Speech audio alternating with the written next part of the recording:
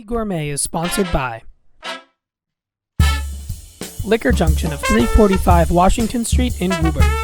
Other locations include 1 General Way in Reading, 632 Main Street in Winchester, and 14 McGrath Highway in Somerville. Gibson Sotheby's International Realty. Hillside Florist, located at 888 Main Street in Woburn. And Mooney Dental. Trusted dental care that you and your family can smile about.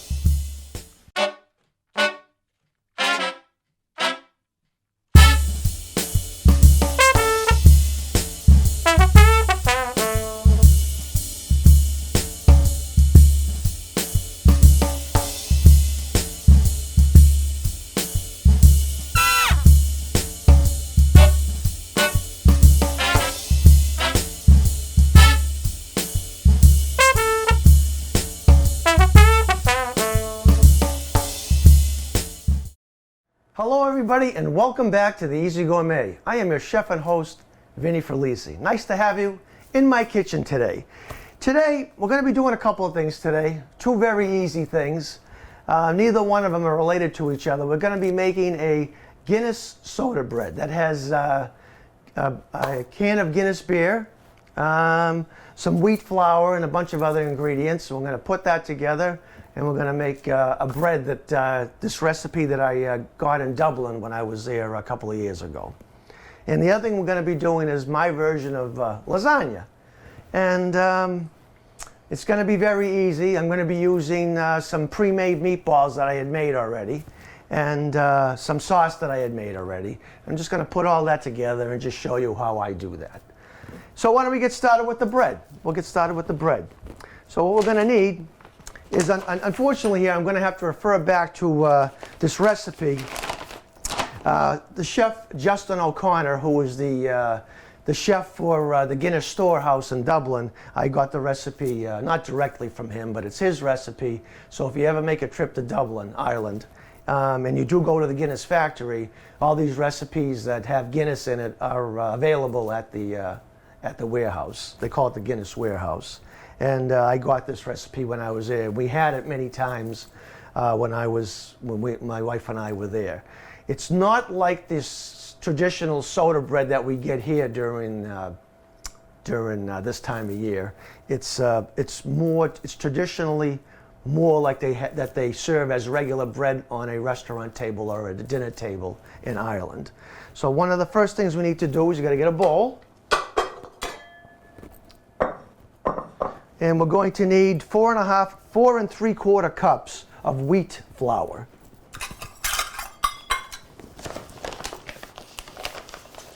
So that's 1.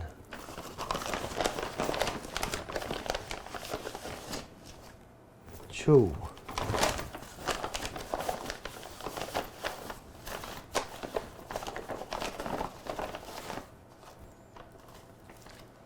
3.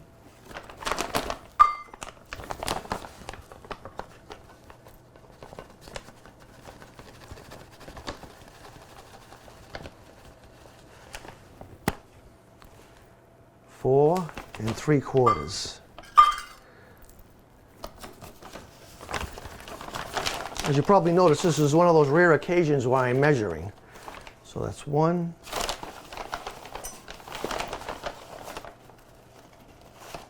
2,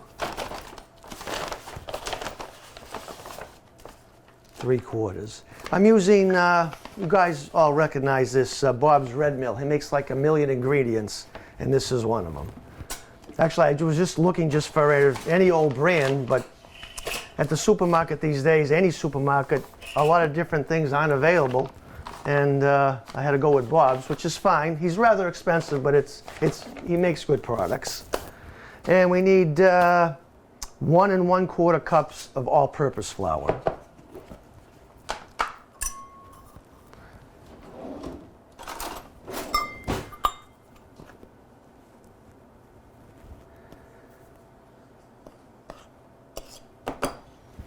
That's 1 1/4 cup.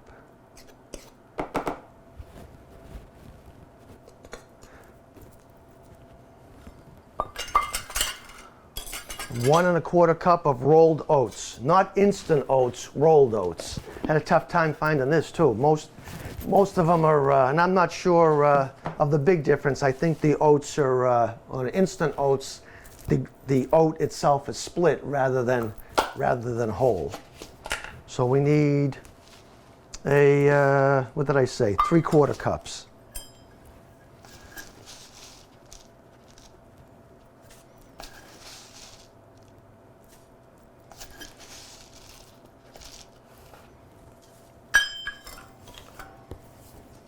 And 2 1/2 teaspoons of baking soda.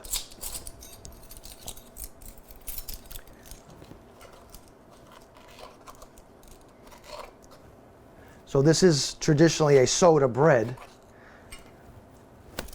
but not something that you're used to here in the States.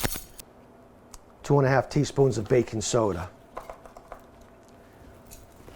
And 2 1/2 teaspoons of brown sugar.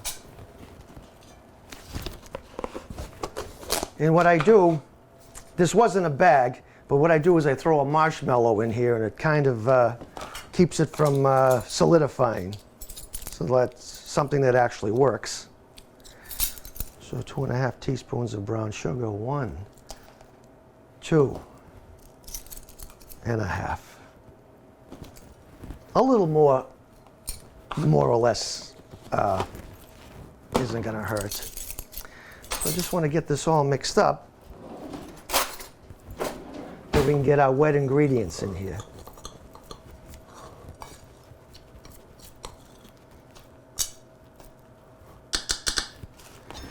And what else? Teaspoon of salt. I'm just going to eyeball that. And now our wet ingredients. We need 1/4 stick of melted butter. I have which is 2 tablespoons.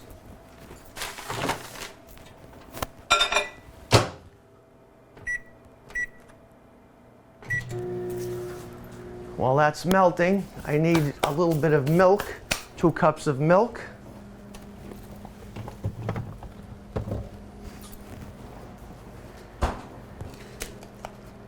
Usually these days I've been buying shelf-stable milk because we don't drink a lot of milk.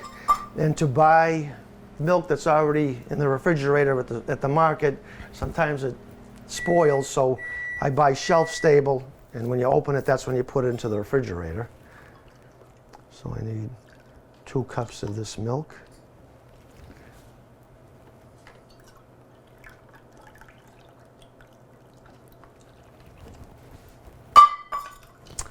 And the butter should be melted.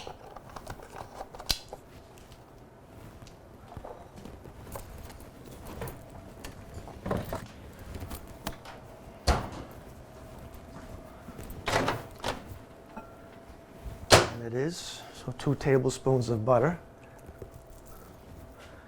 And 3/4 cups of something that I wasn't able to find. It's called black treacle. But basically, treacle is a molasses made from beets, but I'm going to just substitute regular molasses. And I've done this before, it's fine. But it's basically the same thing. They just roast beets and boil them down and cook them down till they're a molasses-like texture, and they're very, very sweet, and basically it's molasses. So we're going to go with 3/4 cup of molasses. But if you can find the treacle, then certainly use that. 1, 2, 3.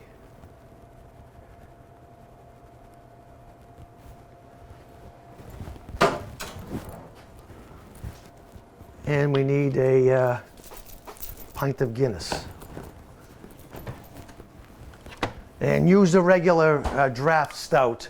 Don't use any of their specialty brews. Just the regular Guinness draft.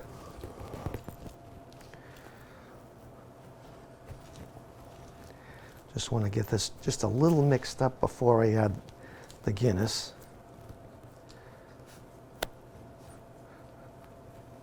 And I'm gonna use a glove for this once I add this, just to make things a little bit easier. So I want this whole can.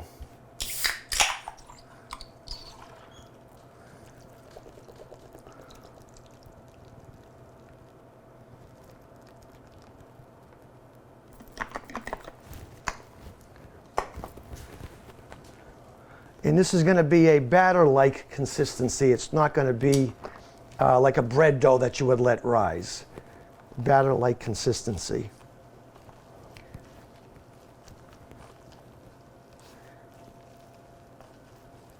As you can see, it's kind of liquidy and battery. If anybody wants to say hello to the Easy Gourmet, it's WPMC, easygourmet@gmail.com, or you can visit me on Facebook at The Easy Gourmet, Vinnie Ferlisi.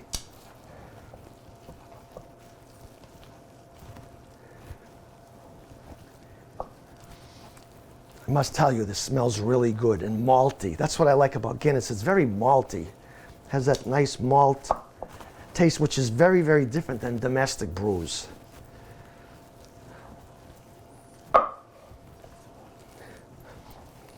I made this for the holiday a few weeks ago, but I had to go to 3 package stores to find Guinness. Everybody was sold out of Guinness.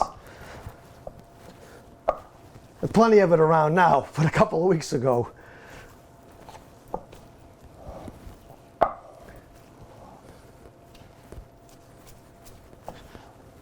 Okay, and I think that's about it. Just want to make sure it's all mixed. This is great in the morning after it's cooked and it cools down in the morning with a little bit of cream cheese on it. It's really a nice bread, really, really nice. Okay, so what I'm going to use, you can use a regular bread pan, but at the factory they used a Pullman pan.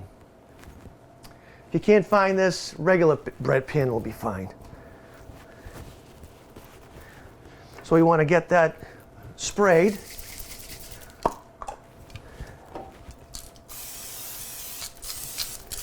This is just canola spray. You can use anything, Pam, whatever you want, or even Crisco. Then we want to get this in there and get it nice and level.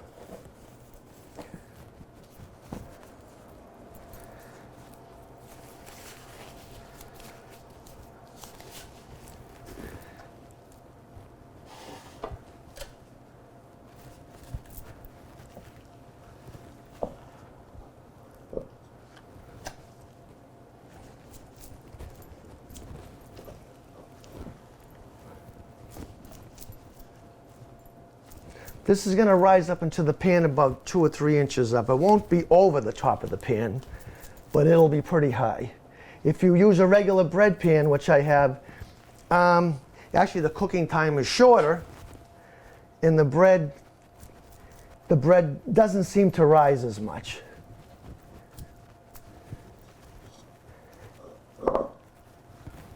Get rid of that.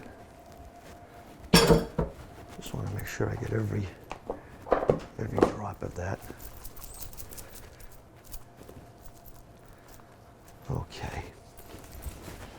So now what I want to do is create a little bit of a canal inside it, or a little bit of a divot, and I'm going to dress it with a little bit more of oats. So right now we have that.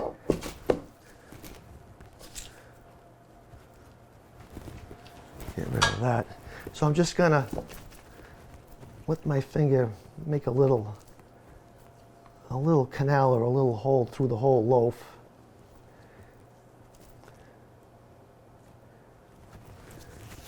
And I'm going to add some oats on the top for a little bit of decoration, a little bit more crunch and flavor. And basically that's it. So I'm going to just bang it down a few times to get the air out of it. And we need about 50 minutes to an hour on this. And maybe after about a half hour, you rotate it in the oven. Depending on how strong your oven is, about 50 minutes, give or take. Okay. And that is that. So why don't I clean up and we'll get our second course started. All right, so we got the bread out of the way, and now we're going to start our lasagna. Some of my ingredients, or some of the ingredients for this lasagna, are already pre-made, and some aren't. So let's just check our water. Sometimes, if you've probably seen some cooking shows, of course not as good as this cooking show, on TV, some of the chefs, when they do make lasagna, they just use well, I'm not using pre-cooked lasagna today, but sometimes they'll use a regular pasta like this is, but they don't pre-boil them. I boil them for like 3 or 4 minutes, because then they're just a little easier to work with, and they're still going to absorb sauce. But some chefs prefer not to boil it, and they use the regular lasagna, and they do soften. But I like to, like I say, I like to boil them first. So I'm going to use a nice tablespoon of salt in our water. And I don't know if you can hear the phone in the background. That's probably this gentleman named Jason, who calls us 3 or 4 times a day trying to sell us solar panels. I keep telling them no, but they keep calling. Anyway, where are we? So our water isn't boiling yet, so we'll just leave this here for now. I'm going to use a pound because I'm going to use this particular pan. So the first thing we're going to do is we have some meatballs, some pre-made meatballs that I have already made and cooked into the sauce that we're going to be using for this lasagna. Now there is a shortcuts to this, of course. You can just brown some hamburger and use that in the lasagna, but I don't think it gives you as much flavor as using a real meatball, your own meatballs. So we're going to be using meatballs today. And I have a couple of quarts of sauce that these meatballs were cooked in.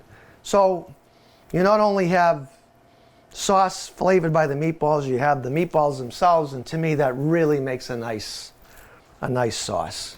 I mean a nice lasagna. But like I say, there's always shortcuts. Ground beef is fine, but when you're eating it, I've done it that way, but the ground beef doesn't have, the sauce isn't mixed in with it. It just doesn't happen. So here we go here. We got the water is boiling. Just going to put in a couple of sheets at a time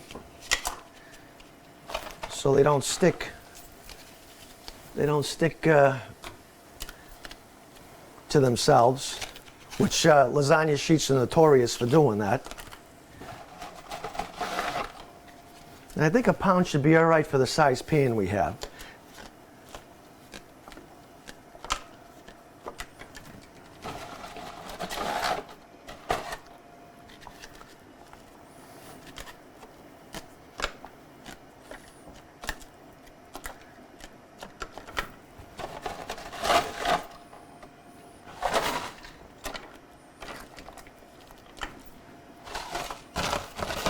These are shorter than some that you find. This happens to be de Cecco. It's one of my favorite pastas. I use this as regular pasta also. But some other companies make really long ones. I like these. And they have a little more depth of bite to them. They're a little thicker than some of the other brands out in the real world. Okay, so then we need ricotta. And you all know that ricotta is twice cooked cream. If you don't have any, you could certainly substitute cottage cheese, but I suggest when you do that, you run the cottage cheese through a food processor or a food mill.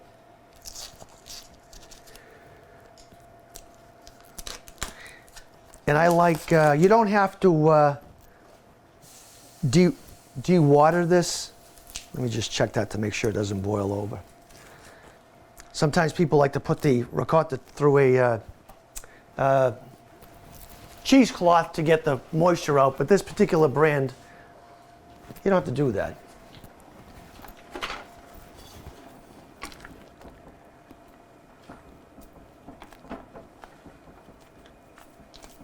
So I just want to go like a few minutes here so they're a little pliable. and a little easier to use.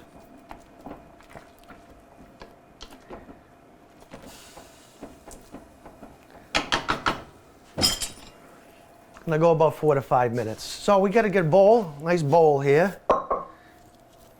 And this is, how big is this? This is 32 ounces. And I have a little bit left over from something else. I don't think, actually, am I gonna need it? Yeah, why not? Throw that in there. It's about another, this was 15 ounces. It's about another 7 ounces. And I wanna throw an egg into it. And a little bit of half and half. And I want to get it spreadable, what I'm looking for. So there's my egg. A little bit of half and half, like a quarter a cup. We'll see if we need more in a minute. And I'm going to add some flavoring to this. I'm going to use some chopped parsley. No real measurement here, it's just how much you want to put. You can always use chopped basil here also. A little bit of parsley, little bit of black pepper. Put this back, and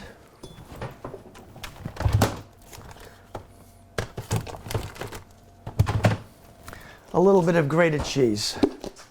This happens to be Romano. You can certainly use Parmesan. About a tablespoon or so. And I just want to mix that up with a whisk.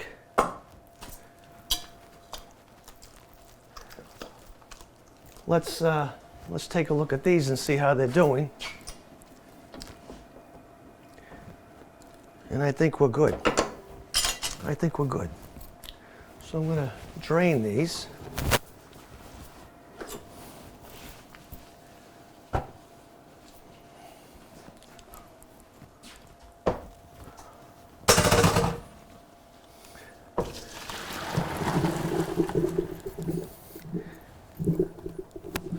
And I don't want to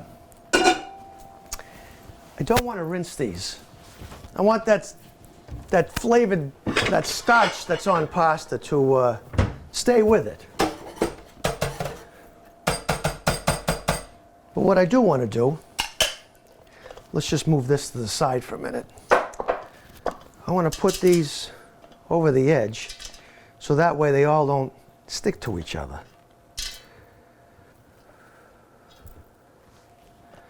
And if you're wondering if this is really hot, yes, it is. Very hot.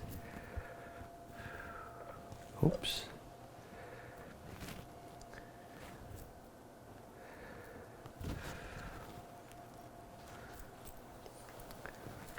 Ooh, that is hot. I'll get a glove on for that, see if it helps. A little bit of insulation here. Like I said, I don't want to leave them all on top of each other because they will stick. And I don't want to rinse them because I don't want to rinse off that nice starchy. Believe it or not, that starchiness is the glue that holds everything together in this whole dish.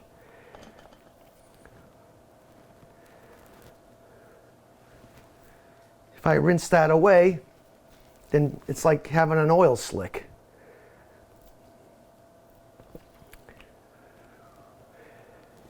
Let's see if I could get I need a bowl.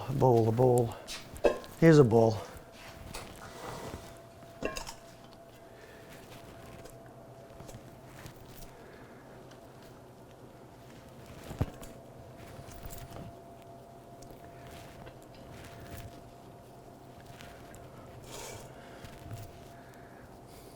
I know people are watching this show and they're going to say, I don't do it that way. But this is the way the Easy Gourmet does it. It's a little extra work and a little extra time. Oops. But it's worth it. Now, if you would have touched these, they're really sticky. Now, if I put these under running water, that stickiness is gone.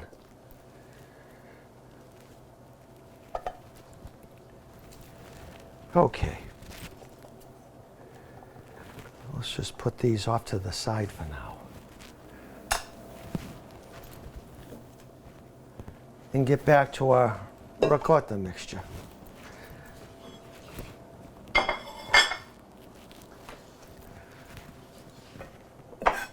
little parsley here.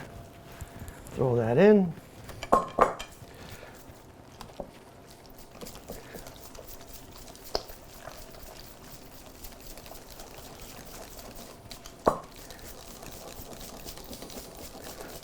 And you just want to get it so you can spread this. That's basically the whole idea.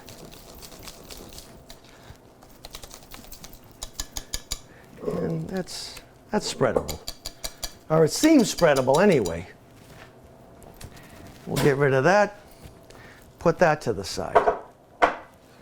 And now we're ready to build our lasagna. Just let me get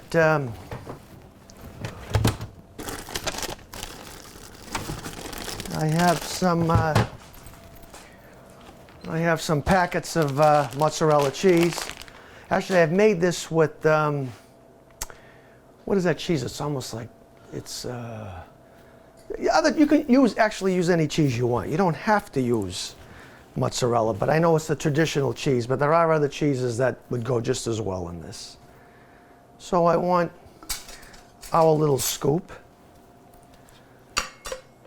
And this is about a 11 by 13 dish. Yeah, 13 by 9. So basically 13 by 9 takes a pound of pasta. If you want a little bigger, maybe a pound and a half.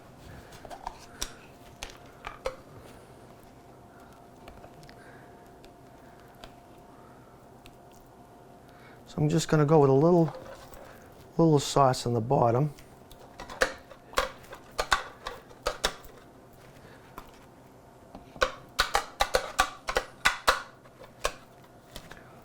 And I think we're going to need gloves for this one again. Because all I'm going to do is I'm just going to crush the meatballs. I could put them through a food processor, but just crushing them by hand is fine.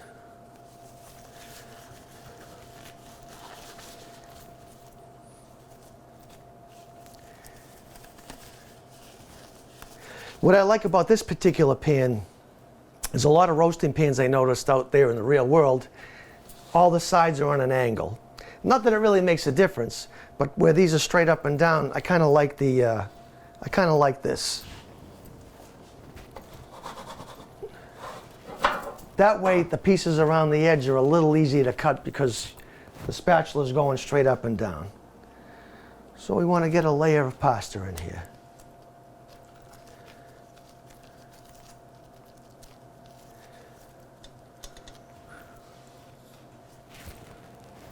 I'm not going to overlap. I'm just going to do this exact.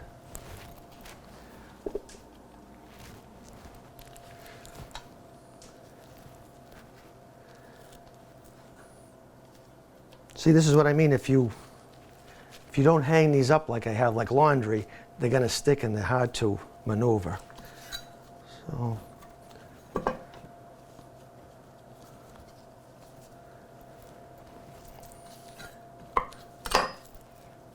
Okay, and that's what I have at the bottom, first layer. So I want to go with a little bit of this ricotta filling. Again, you don't have to use ricotta. You can use bechamel, which is basically a milk and butter sauce thickened with flour, which you can always add cheese to that. But this is kind of like the more traditional way.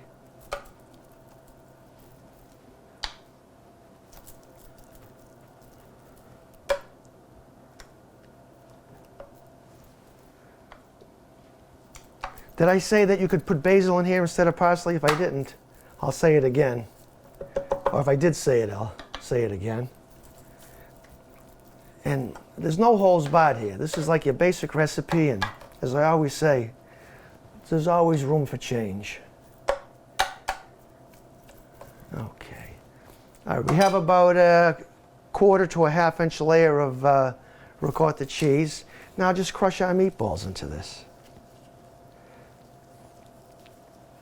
I've done this with roasted zucchini and summer squash, which is really nice. Roast the slices, slice the zucchini or the summer squash, put them on a sheet tray, roast them in the oven with a little bit of oil, salt, and pepper, then cube them, and then put that in between the layers. It makes a nice lasagna for summertime. Like in the summer, maybe you want to go a little lighter, and you don't want meat. So that makes a nice vegetarian lasagna. Or you could put spinach in between. Where am I? Now we got a little bit of cheese.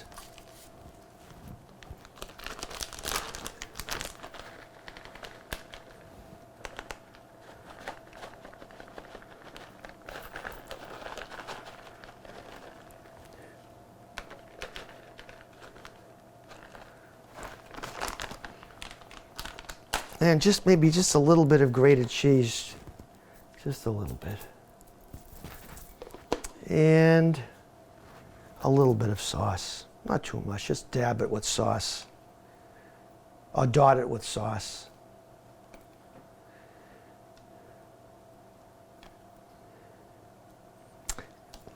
And so this is what we have so far, our first layer.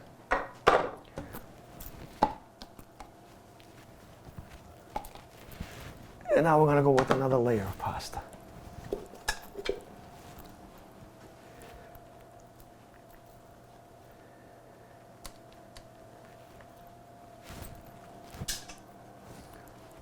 See how sticky this is? Now, if they were all on top, if we didn't lay them out, we'd have a horrendous mess. And we could call this a comedy show instead of a cooking show.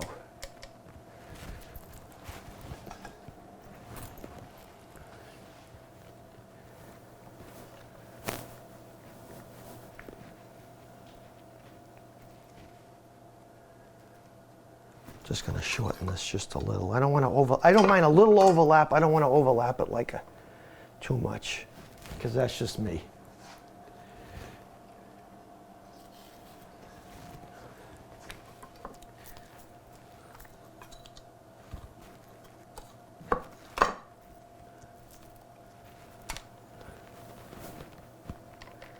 Okay, that's layer number 2. I'm not sure how many layers we're going to get. I'm hoping to get a lot. So now we go back to our ricotta again. And it looks like it's about a half a cup here for the 11 by 9. What did I say, 11 by 9 or 13 by 9, whatever it is.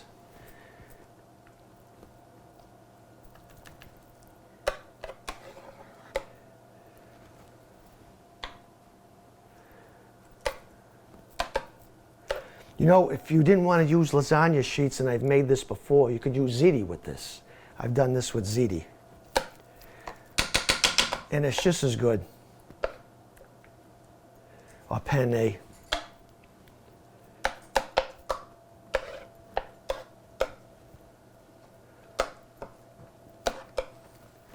Now back to our meatballs again.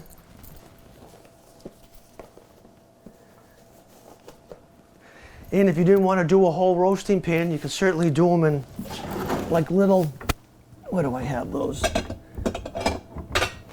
You could make individual lasagnas for company. You could do them with something like this.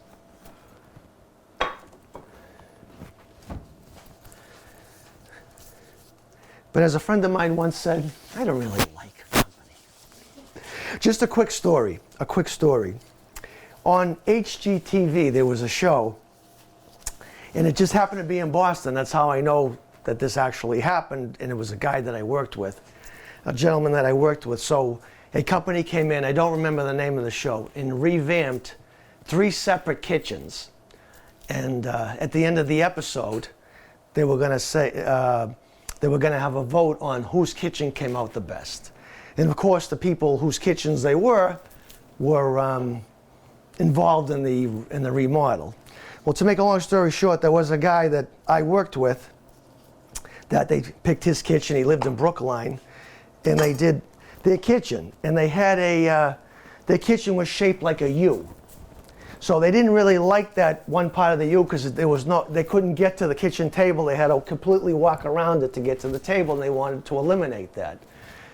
So the host of the show says, you could get rid of this, and then it would be an easier flow for company. So he says, and they left this in, he goes, that is a good idea, but we really don't like company. And that's why I just said that today.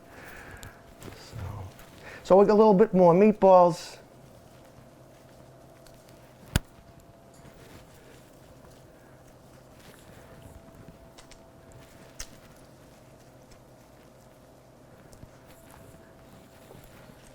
I'm not sure how many meatballs I had here, probably like 12.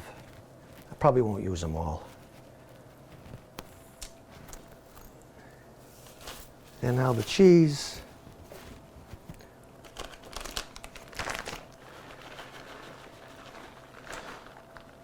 If you really wanted to go crazy here, but I didn't do that. Today it's just a whole lot more work.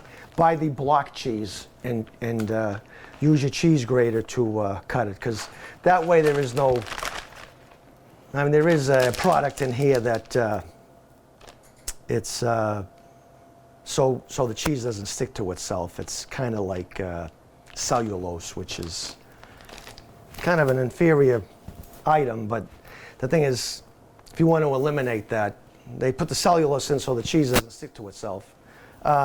You could just use the block cheese, and that's how my mother does it. She likes the block cheese, but it's a little extra work. And just dot this with a little sauce.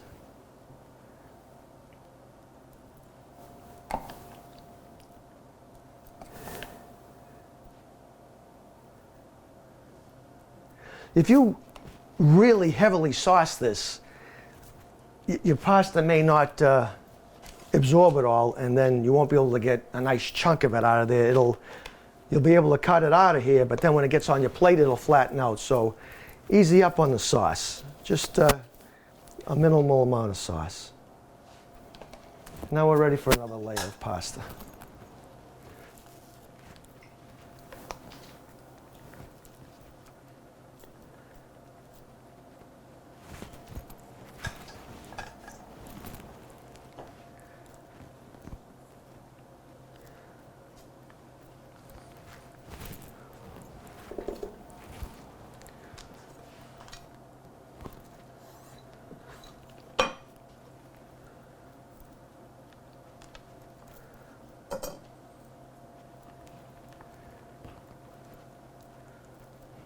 I lost track. I don't even know what layer I'm on, but we're getting close to the end. We're getting close to the end. And another layer of this. Why don't I just take a break for a minute and go over the wine we have for today? I wouldn't say this wine is going to go with both dishes, although this is a nice little blend. It's called Amore, graciously donated by Liquor Junction. Although this is one of those occasions where the wine sommelier, I usually tell him what I'm having, and he tries to match something up, but I just said, give me something that's hot off the shelf right now. And he said they sold cases of this at Valentine's Day. So I said, all right, we'll give it a shot. So I'm just going to have a little blast here because the lights are very hot. Very hot.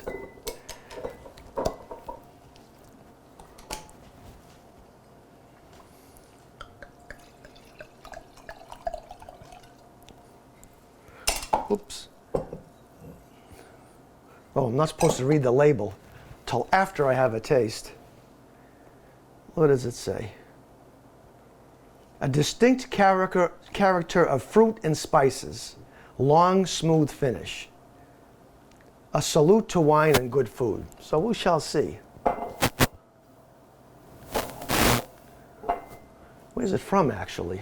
You know, it is from Italy. To all my viewers of the Easy Gourmet,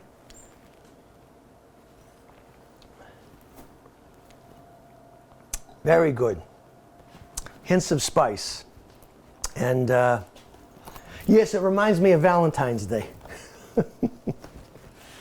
So, what do we got here? You got another layer. How long has that bread been in there?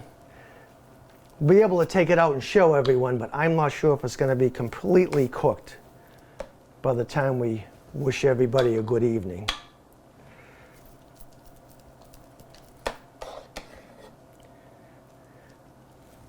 I don't know if it was mentioned on anybody else's show, but I'm going to mention it now because it just hit me that I should do this. One of our lovely camera people is not here on tonight's show. Jen Gata, she had a baby. Baby Henry. So congratulations, Jen and Henry. Hope everybody is doing well.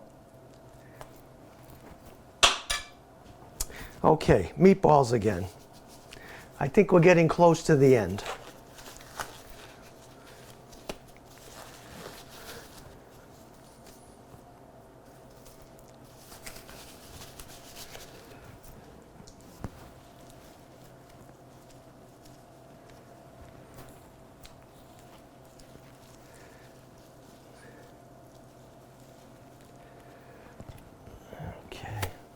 I guess we are pretty close to using all our 12 meatballs.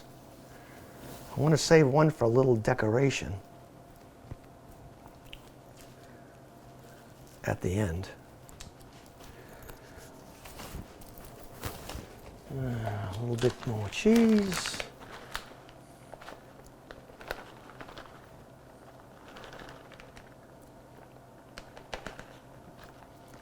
We're going to be baking this when it's ready to bake at 350 for about a half hour.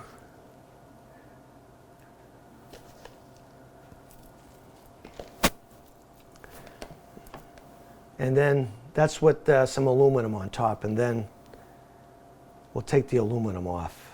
So we may not be able to really show you the finished product today, but I'm assuring you this is going to be really good. And we go another layer. So a pound was pretty good for this size dish. This size pan, I mean. So I think we're going to be able to use a whole sheet now. I guess it's not completely straight up and down. It does fan out just a little, but that's okay.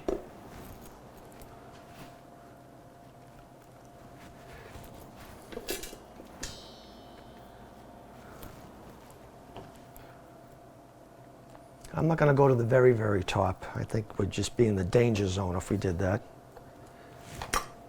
I got one more whole piece left. And that, ladies and gentlemen, is that. Beautiful.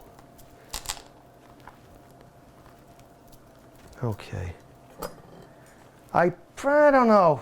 We're about 3/4 of an inch from the top, but I think it's best if we just, I don't have any more pasta anyway that's cooked, but I think it's best if we just leave this as it is. And we're gonna just put sauce, cover this with sauce. The last layer with sauce.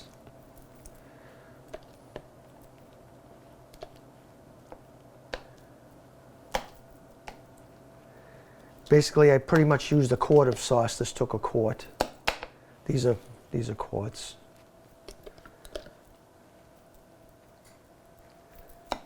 Okay.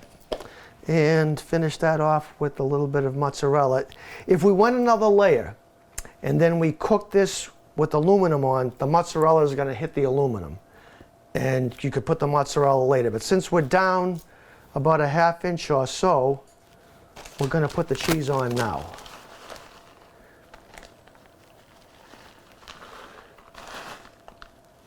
I think I'm going to need one more bag, I think.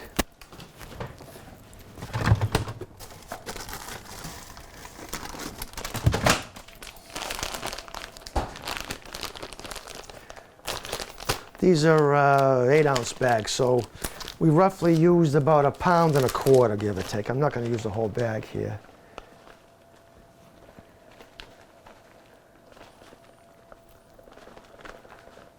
Okay. So just for a little decoration,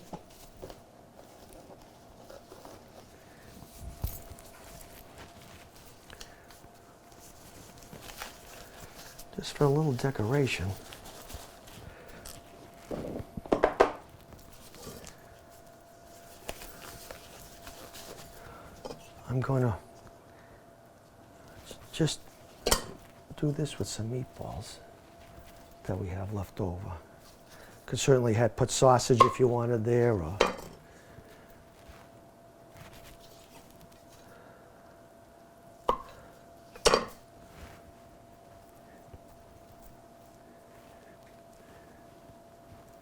and that'll help the foil from not touching the cheese.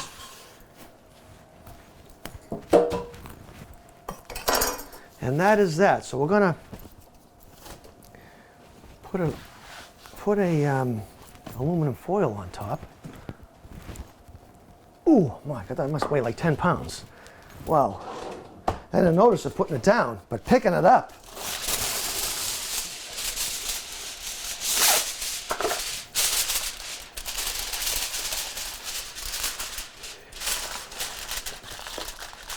So we want to go about 20 minutes to a half hour with this cover. If you had a two-piece roasting pan with a glass cover, that would be fine too.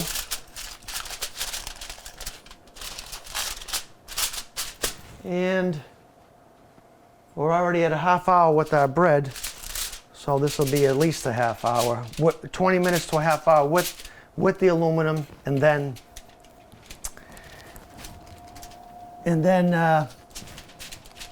15 minutes or so without a cover.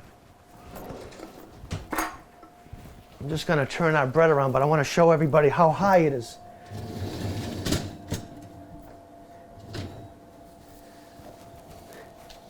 I don't know if anybody can smell that. It just smells, the molasses smell is, look at that. Now we were about halfway up, and that's how much it has risen. And I'm telling you, this bread is probably going to be one of the best breads you've ever had. Way better than that. The one that you can get here in the States. It's kind of white and it has raisins in it, and it's sweet. This is malty and beautiful, and whatever other adjectives you can think of. And that, my friends, is that. So it was very quick today. I suppose it could have gone a little longer if I made the sauce, but you really can't make the sauce on the show. It's a little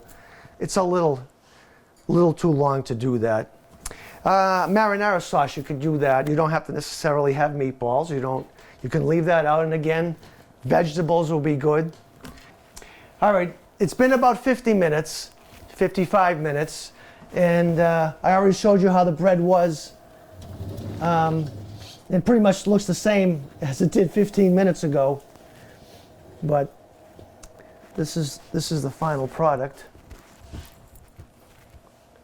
And it's a little hot to take out of the pan right now, but when you cut that open, it'll be nice and brown like the outside is. And once this cools down, then you can take it out of this pan. And then I'm not sure if I actually said this before, this was a Pullman pan, but you can certainly use regular bread pans. So now the lasagna has been in the oven for 20 minutes, and we want another 15 minutes or so without a cover. So what I'm going to do is I'm going to remove the cover and let that cheese get a little brown. And then, like I say, another 15 minutes or so, 20 minutes, we will have our lasagna. Okay, it's been 15 minutes, and I want to show everybody how the lasagna came out.